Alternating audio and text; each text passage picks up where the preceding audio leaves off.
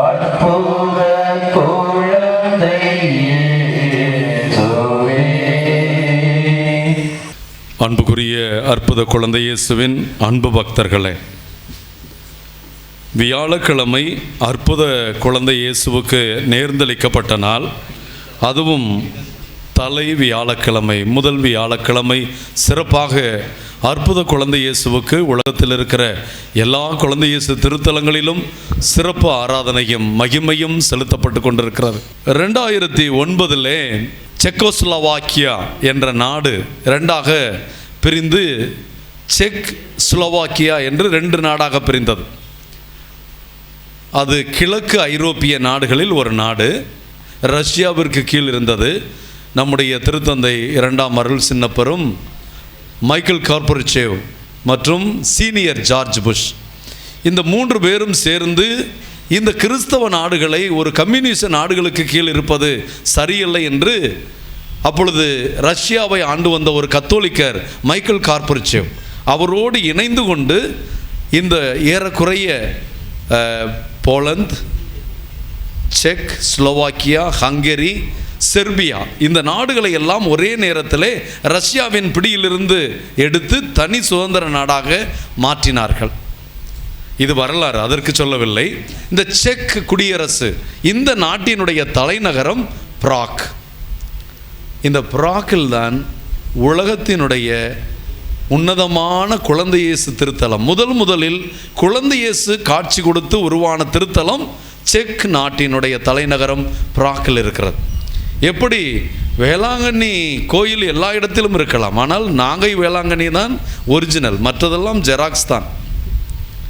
அதுபோல குழந்தை இயேசுவுக்கெல்லாம் ஒரிஜினல் என்பது அந்த செக் நாட்டினுடைய தலைநகரம் பிராக்கில் இருப்பது தான். அந்த திருத்தலத்திலே நான் ஐரோப்பா நாடு முழுவதற்கும் 42 நாட்கள் டூர் போயிருந்தேன். நானும் இன்னொரு குருவானவரும் தந்தை ராபர்ட் தன்ராஜும் நானும் அமெரிக்காவில் படித்து கொண்டிருந்த போது ஐரோப்பிய நாடுகளுக்கென்று 42 நாள் போனோம். அதில் 2 நாட்கள் நான் இந்த குழந்தை இயேசு திருத்தலத்தில் தங்கியிருந்தேன். தங்கி அங்கு என்ன ஒரு எளிமையாக இருக்கிறது, ஆனால் எப்பொழுதும் மக்கள் வந்து ஜெபித்து கொண்டிருக்கிறார்கள், அற்புதம் நடக்கிறதாக சொல்கிறார்கள். அதை நான் நேரடியாக அந்த 2 நாளும் அங்கே தங்கி அங்கு 2 நாள் இருந்தேன். அசிசியிலே, பிரான்சிஸ் அசிசியார் இருக்கிற அசிசி நகரத்திலே 4 நாள் தங்கி தியானம் பண்ணினேன். 42 நாள் ஊர் சுற்றும் போது 4 நாளாவது தியானம் பண்ணுறது நல்லதில்லை. அதனால் மொத்தம் 6 நாட்கள் தியானத்தையும் முடித்தேன். அங்கே அசிசி நகரில் தான் மேலே மலை மேலே அசிசியாருடைய கோயிலும் கீழே சென்ட் கிளாரா அவங்களுடைய மடமும் இருக்கிறது. நான் காலையிலே கிளாரா மடத்தில் இருப்பேன், மாலையிலே அசிசியாருடைய ஆலயத்திற்கு போய் என்னுடைய தியானத்தை கழித்தேன். இந்த பிராக்கில் தங்கி நான் நம்முடைய மறைமாவட்ட பரிபாலகர் அறந்தாங்கி பங்கிற்கு போகிறீர்களா என்றேன். போகிறீர்களா என்று கேட்காதீர்கள், எங்கு வேண்டுமானால் அனுப்புங்கள், நான் போகிறேன், அதற்காகத்தான் இதோ வருகிறேன் என்று நான் குருவாக வந்தேன் என்றேன். அப்பொழுது அனுப்பிய போது எனக்கு உடனே வந்தது இந்த குறும்பூர் குழந்தை இயேசு கோயில் தான் ஞாபகம் வந்தது. அங்கே கிறிஸ்து அரசரும் இங்கே குழந்தையாக அவரே வீற்றிருக்கிற இடத்திற்கு போகிறோம். இந்த அழைப்புக்கு ஆண்டவருக்கு நன்றி செலுத்தி விட்டு அந்த அப்பாயின்மெண்ட் வந்த அந்த மாலையே அந்த பிராக்கில் இருக்கிற பங்கு தந்தைக்கு தொலைபேசியிலே தொடர்பு கொண்டேன். அந்த தொலைபேசியிலே தொடர்பு கொண்டு என்ன செய்வீர்களோ எனக்கு தெரியாது, அங்கே குழந்தை இயேசுவுக்கு போட்டிருக்கிற ஆடையை கலட்டி அவர்கள் 3 மாதத்திற்கு ஒரு முறை அந்த குழந்தை இயேசுவுக்கென்று அது அற்புதமாக இருக்கும் நெய்யப்பட்ட ஆடை, எனக்கு உடனே நீங்கள் அந்த அற்புத குழந்தை இயேசுவினுடைய அவர் ஒரு முறை முழுதாக போட்டிருந்த ஒரு ஆடையை அனுப்ப வேண்டும். நான் ஜூலை மாதம் முதல் வியாழக்கிழமை அந்த ஆடையை பவனியாக இந்த ஆலயத்திற்கு கொண்டு வர வேண்டும் என்று சொன்னேன். அவர் உடனே அங்கே கலந்து பேசிவிட்டு நாங்கள் உடனே அனுப்புகிறோம் என்று சொன்னார்கள். அது நான் அறந்தாங்கி பங்கிலே பொறுப்பெடுப்பதற்கு முன்பாகவே அது எனக்கு வந்து சேர்ந்து விட்டது. ஆகவே அடுத்த மாதம் முதல் வியாழக்கிழமை அந்த குழந்தை இயேசுவுக்கான அந்த ஆடையோடு அதற்கான ஒரு சுருவத்தையும் ரெடி பண்ணி நாம் கொண்டு வந்து பவனியாக கொண்டு வருவோம். ஆகவே இந்த அற்புத குழந்தை இயேசுவினுடைய அற்புதமான புதுமைகளை நாம் புதுமையை பார்ப்பதற்காக வரக்கூடாது. நம்முடைய கடவுள் அற்புதங்கள் செய்கிற கடவுளும் அல்ல, மட்டுமல்ல, அவர் அற்புதம் செய்யக்கூடியவர். நற்செய்தி முழுவதும் அவர் நிறைய புதுமைகளை செய்தார் என்று பார்க்கிறோம். ஆனால் அவர் நமக்கு கொடுக்கிறதெல்லாம், உங்களுக்கு சிலுவை இருக்கும், துன்பம் இருக்கும், ஆனால் அந்த துன்பத்தை தாங்கி கொண்டு நீங்கள் என்னை நம்பி வந்தால் நான் உங்களோடு இருந்து உங்களுக்கு விடுதலை கொடுப்பேன். அவர் விடுதலை அளிக்கிற கடவுள். நாம் இந்த உலகத்தில் வாழுவதனால் இந்த உலகத்தினுடைய எல்லா சோதனைகளுக்கும் நாம் உள்ளாவோம். ஆனால் கடவுளோடு நாம் இருந்தால், அதை எதிர்கொண்டு ஆண்டவரோடு செயல்பட்டால் நாம் வல்லமையை பெற முடியும். ஆக ஆறுதல் அளிக்கிறவர் மட்டுமல்ல, அவர்தான் ஆறுதல். கொடைகளை கொடுக்கிறவர் மட்டுமல்ல, அவர்தான் நமக்கான மகா கொடை. ஆக மகா கொடை ஆகிய கடவுளை தேடி இங்கு வாருங்கள். அற்புதங்களை தேடி வராதீர்கள். அற்புதங்களை தேடி வந்தால் கடைக்கு போகிறோம், தேவையான பொருளை வாங்கிவிட்டு கடையை மறந்து விடுவோம். ஆனால் நாம் கடவுளை மறக்க முடியாது. கடவுள் கொடுக்கிற கொடைகள் வேண்டுமென்றால் அந்த ஒரு கொடை தான் கிடைக்கும்.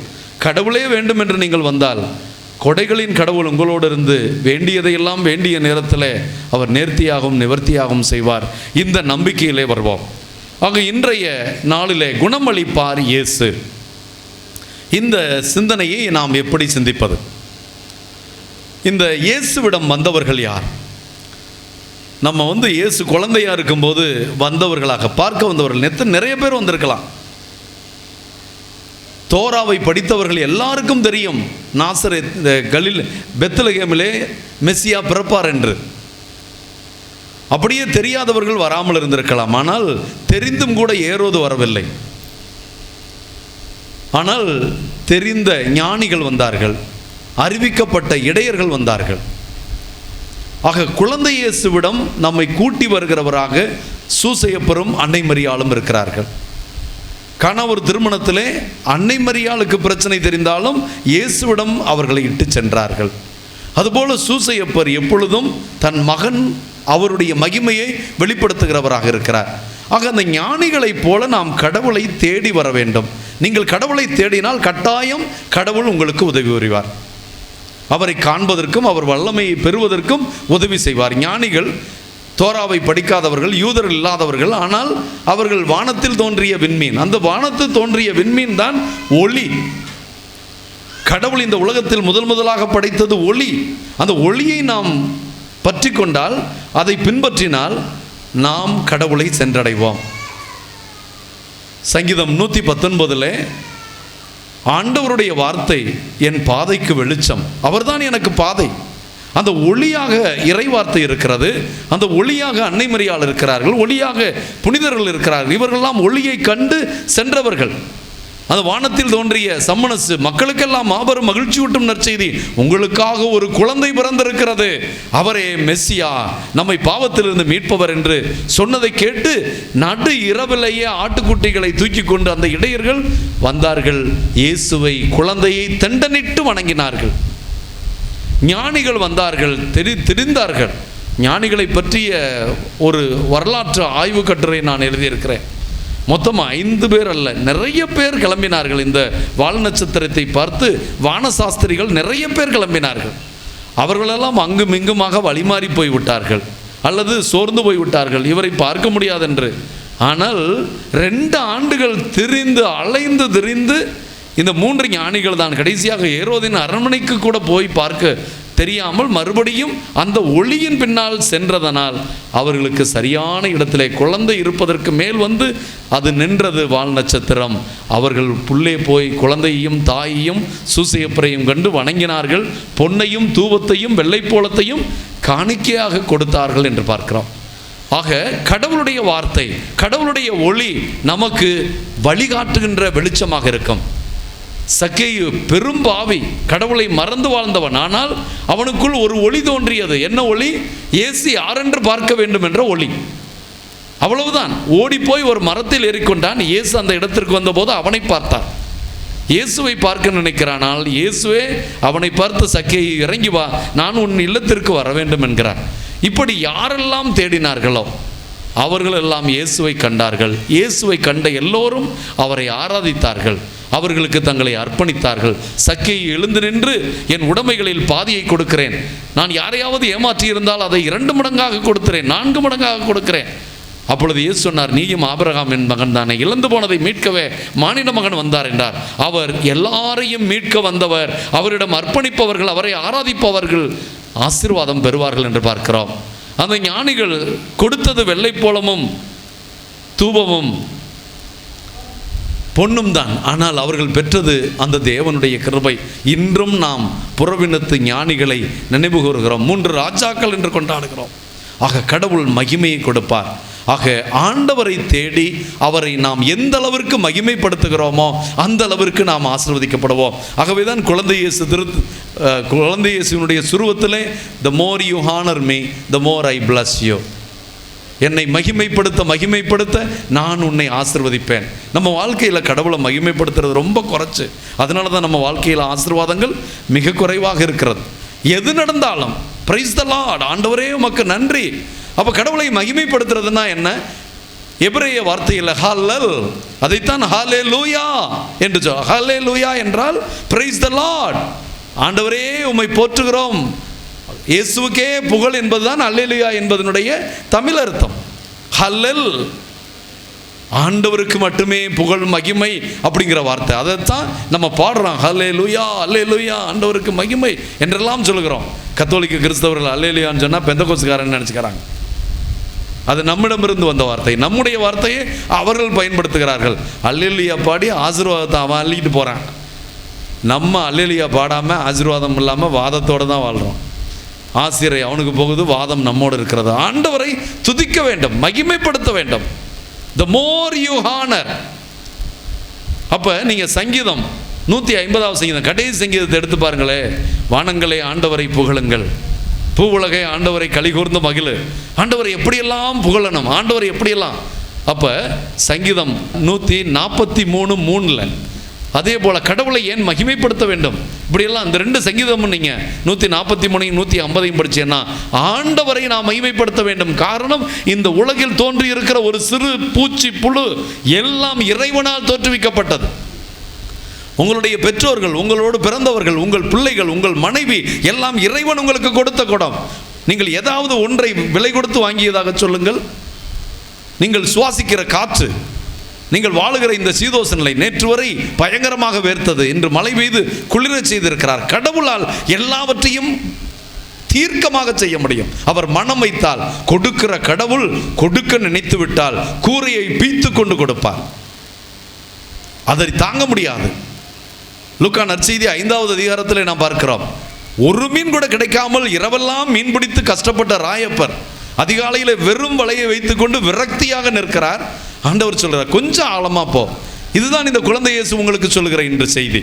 உங்கள் கிறிஸ்தவ வாழ்வில் இறைவார்த்தையை வாசிப்பதில், ஞாயிற்றுக்கிழமை திருப்பலிக்கு போவதில் நீங்கள் சற்று ஆழப்படுங்கள், முயற்சி எடுங்கள், கடவுளை கொஞ்சம் தேடுங்கள். ராயப்பர் சற்று ஆழமாக சென்று உன் வலைகளை போடு.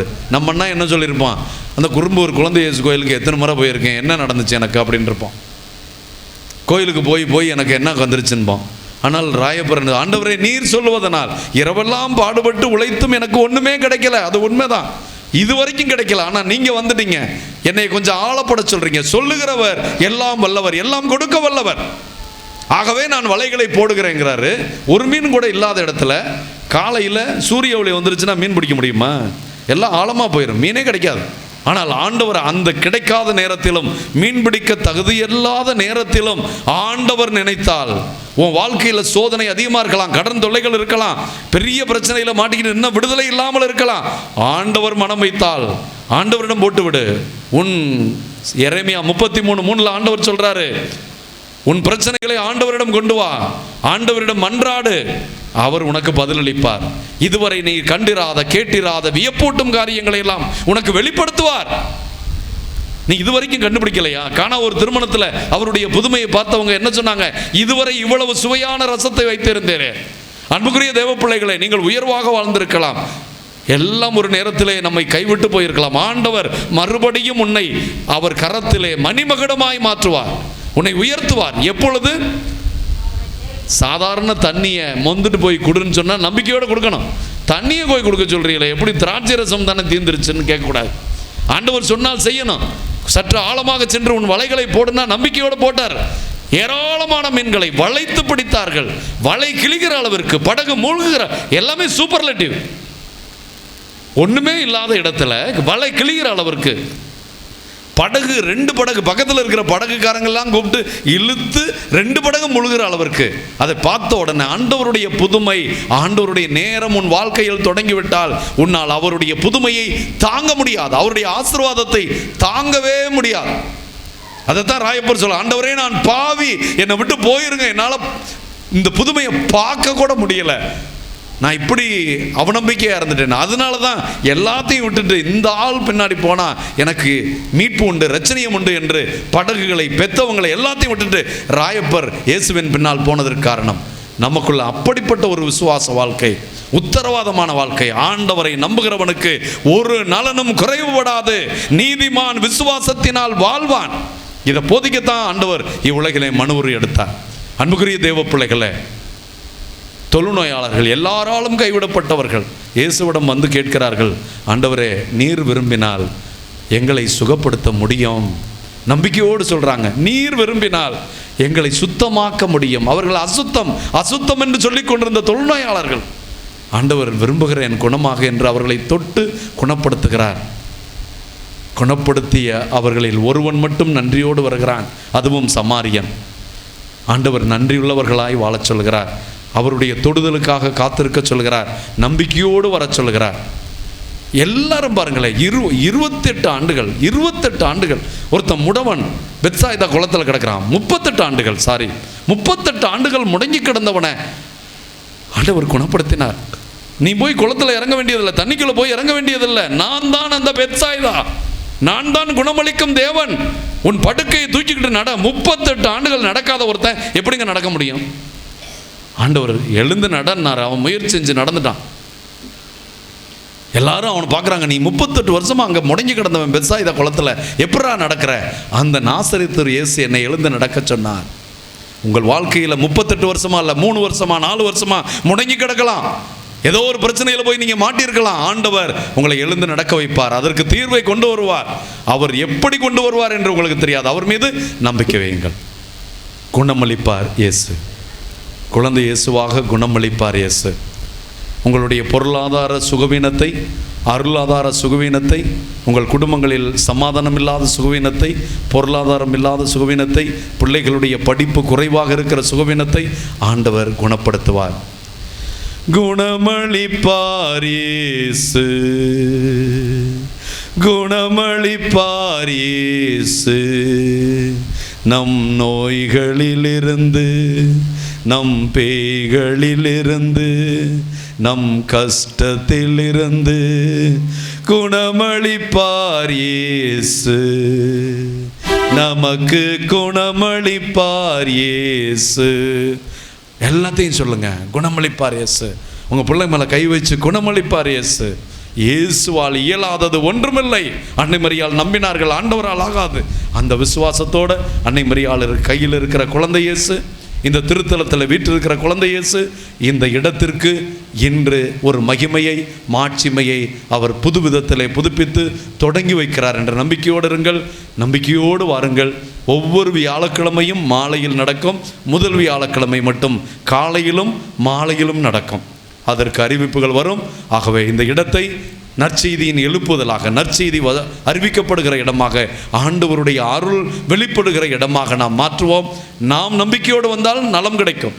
வேளாங்கண்ணிக்கு நம்ம எல்லாரும் நம்பிக்கையோடு போகிறதுனால அங்கே புதுமை நடக்குது.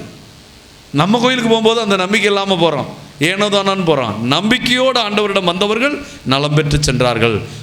குறும்போர் குழந்தை இயேசு அருங்கொடை திருத்தலத்திற்கு வருகிற எல்லா பிள்ளைகளுக்கும் ஆண்டவர் ஆம் என்று சொல்லுகிறவராக இருப்பார். தெசலோனிக்கேயர் புத்தகத்திலே பவுலடியார் சொல்லுகிறார், நம் ஆண்டவருக்கு ஆம் என்றும் இல்லை என்றும் ஒரே நேரத்தில் சொல்ல தெரியாது, ஆம் என்று மட்டுமே சொல்லுகிறார். ஆண்டவர் உனக்கான காரியத்தை அவர் குறித்த நேரத்தில் நேர்த்தியாகவும் நிவர்த்தியாகவும் செய்வார் என்ற நம்பிக்கையில் இருப்போம். குணமளிப்பார் இயேசு. ஆமென்.